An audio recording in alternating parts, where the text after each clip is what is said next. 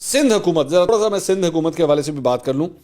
ایک تو سندھ حکومت نے 15 جنوری کو، یہ 15 جنوری سامنے کھڑی ہوئی ہے، اس پہ جناب جو بلدیاتی الیکشن ہونے ہیں جو بیسیکلی کراچی اور اس سیکشن کے ہونے تھے، یہ پارٹ 2 ہے اس انتخابات کا، تو وہ انتخابات جو ہیں وہ انہوں نے کروانے سے انکار کر دیا. انہوں نے اس کو ملتوی انہوں نے کرنے کا کہہ دیا. بلاول بھٹو کی صدارت میں بلدیاتی انتخابات کے حوالے سے وزیر اعلیٰ سندھ اور بعض دیگر وزراء کی مشاورتی اجلاس ہوا ہے. شرجیل میمن نے میڈیا سے گفتگو کی. انہوں نے کہا کہ جی سندھ میں امن و امان کی صورتحال اور بلدیاتی انتخابات سے متعلق ہماری تفصیلی بات ہوئی ہے. ایم کیو ایم کو ڈی لمیٹیشن پر تحفظات ہیں. ہم چاہتے ہیں کہ تحادیوں کے مطالبات کو پوری طرح سنجیدگی سے لیا جائے. کراچی، حیدرآباد اور دادو میں جو ہیں یہ جو الیکشنز ہیں ہم اس کو ملتوی کرنا چاہتے ہیں. اچھا، ایم کیو ایم کی جانب سے بھی جو ہے یہی کہا گیا ہے کہ جناب یہ 15 جنوری والے الیکشنز جو ہیں ان کو ملتوی کر دیا جائے. پاکستان تحریک انصاف البتہ اس کے اوپر بہت سخت ناراض ہے، اور میرا خیال میں یہ سمجھتا ہوں کہ ان کا اعتراض جائز ہے. اس میں کوئی ایسی بات نہیں تھی، یہ الیکشنز منعقد کیے جا سکتے تھے، بلکہ الیکشن کمیشن آف پاکستان نے جو ہے وہ سندھ حکومت کی جانب سے یہ جو الیکشن مسترد کرنے کا یعنی کینسل کرنے کا جو اعلان کیا گیا ہے، انہوں نے اس کو مکمل طور پہ ریجیکٹ کیا ہے، اور انہوں نے کہا یہ جو دوسرا مرحلہ ہے یہ 15 جنوری کو ہی یہ الیکشنز ہوں گے.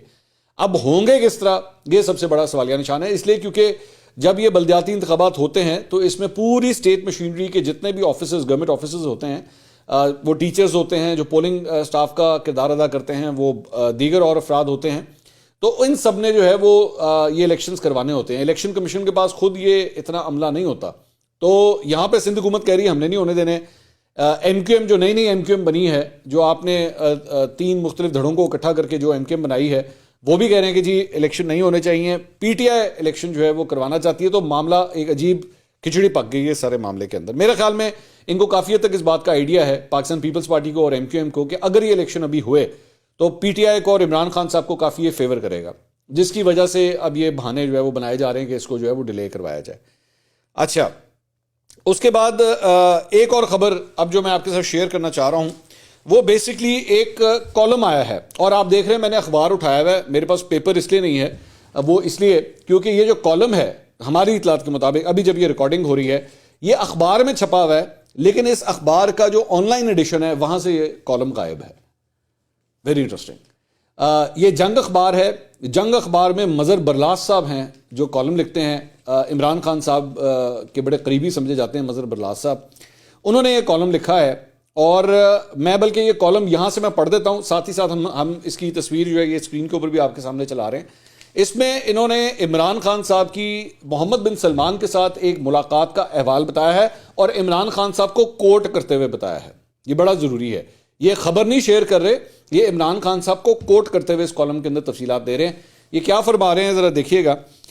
انہوں نے کہا جی یہاں مجھے ایک اور پہلے یہ بیسکلی پنجاب کی صورتحال اور اس کے بارے میں بات کر رہے ہیں، پھر اس کے بعد آگے چل کے یہ کہتے ہیں کہ جی جنرل باجوہ جو ہے وہ اسرائیل کو تسلیم کروانے کے لیے عمران خان پر پریشر ڈالتے رہے. سو بیسکلی انہوں نے جنرل باجوہ کے بارے میں ایک تو یہ بات کہی ہے کہ وہ اسرائیل کو تسلیم کروانا چاہتے تھے، اور کس طرح کشمیر کا مقدمہ بھول جانے کے لیے جو ہے وہ عمران خان پہ پریشر ڈالتے رہے. تو یہ تو انہوں نے بات کہی. آگے چل کے جو انٹرسٹنگ پوائنٹ ہے، جو میرے خیال میں انٹرسٹنگ بھی ہے اور کنٹروورشل بھی ہے، انہوں نے کہا یہاں مجھے ایک اور واقعہ یاد آ رہا ہے کہ جب عمران خان سعودی عرب گئے تو محمد بن سلمان انہیں گاڑی میں بٹھا کر ریاض کی سڑکوں پر 1.25 گھنٹہ گھومتا رہا. محمد بن سلمان نے ان کو گاڑی کے اندر بٹھایا اور 45 منٹ تک ریاض کی سڑکوں کے اوپر ان کو لے کے گھومتے رہے. جب بغیر ڈرائیور کے ایک گاڑی میں 2 عام شخصیات ہوں تو وہ یقیناً خاص بات کریں گی. جب پاکستانی وقت واپس آیا تو سب کو بے چینی تھی کہ آخر ان دونوں کے درمیان کیا باتیں ہوئی ہیں، کچھ تو پتہ چلے. ایک سپہر اس خاکسار یعنی کہ مظہر برلاس صاحب نے عمران خان سے پوچھا کہ آخر شہزادے نے آپ سے کچھ تو کہا ہوگا. میرے اس جملے پر عمران خان نے کہا، اب now he is directly quoting Imran Khan, کہ باتیں تو بہت ہوئیں مگر ایک بات شہزادے نے بہت خطرناک کی، لیکن میں نے اس کی بات ماننے کے بجائے اسے اپنی بات پر قائل کیا. میں نے عرض کیا کہ آخر وہ کون سی خطرناک بات تھی. اس پر عمران خان بولے، ایم بی ایس نے یعنی کہ محمد بن سلمان، یہ ڈپلومیٹک سرکلز کے اندر، گورنمنٹ کے سرکلز کے اندر محمد بن سلمان کو ایم بی ایس کہا جاتا ہے عام طور پہ. انہوں نے کہا ایم بی ایس نے مجھ سے کہا کہ ہم ایران پر حملہ کرنا چاہتے ہیں، آپ ہمارا ساتھ دیں. میں نے شہزادے سے کہا کہ آپ ایران سے جنگ نہ کریں کیونکہ دونوں مسلم ممالک ہیں، دونوں کی جنگ سے مسلمانوں کا نقصان ہوگا، لہٰذا میرا مشورہ ہے کہ ایسا نہ کرنا. اگر آپ نے ایسا کیا تو ہم آپ کا ساتھ نہیں دیں گے. میں اپنے ملک میں خانہ جنگی نہیں چاہتا. اگر میں نے آپ کا ساتھ دیا تو میرے ملک میں ہنگامے شروع ہو جائیں گے جو پاکستانی معاشرے کو خانہ جنگی کی طرف لے جائیں گے. میں اپنے ملک میں فسادات نہیں کروانا چاہتا. البتہ میں ایک کام بہت اچھے طریقے سے کر سکتا ہوں, میں آپ کی ایران کے ساتھ صلح کروا دیتا ہوں. یہ میرا کام ہے, میں ایرانی قیادت کو منا لوں گا. میں آپ دونوں کو جنگ سے بچانا چاہتا ہوں. دونوں کا نقصان دراصل میرا نقصان ہوگا کیونکہ ہم مسلمان ہیں اور ہم کسی قیمت پر مسلمانوں کا نقصان نہیں ہونے دیں گے. سو بیسکلی ان کا کہنے کا مقصد یہ تھا کہ محمد بن سلمان جو ہے وہ مسلمانوں کا نقصان کروانا چاہ رہے تھے ایران کے اوپر حملہ کر کے, لیکن عمران خان صاحب نے کہا کہ نہیں, ہم جو ہے وہ مسلمانوں کا نقصان نہیں ہونے دیں گے, اور میں نے محمد بن سلمان کو منع کر دیا کہ ہم آپ کی کوئی مدد نہیں کریں گے. یہ برلاس صاحب کوٹ کر رہے ہیں عمران خان صاحب کو. اس کے بعد یہ لکھتے ہیں, عمران خان ایران گئے, انہوں نے ایرانی قیادت کو راضی کیا اور وہ سعودی عرب سے مذاکرات کرنے کے لیے نہ صرف تیار ہوئے بلکہ سعودی عرب چلے بھی گئے. اس طرح دونوں مسلمان ملک ایک بڑے نقصان سے بچ گئے. So basically Imran Khan hero, basically اصل جو جسٹ ہے اس ساری چیز کی ہے.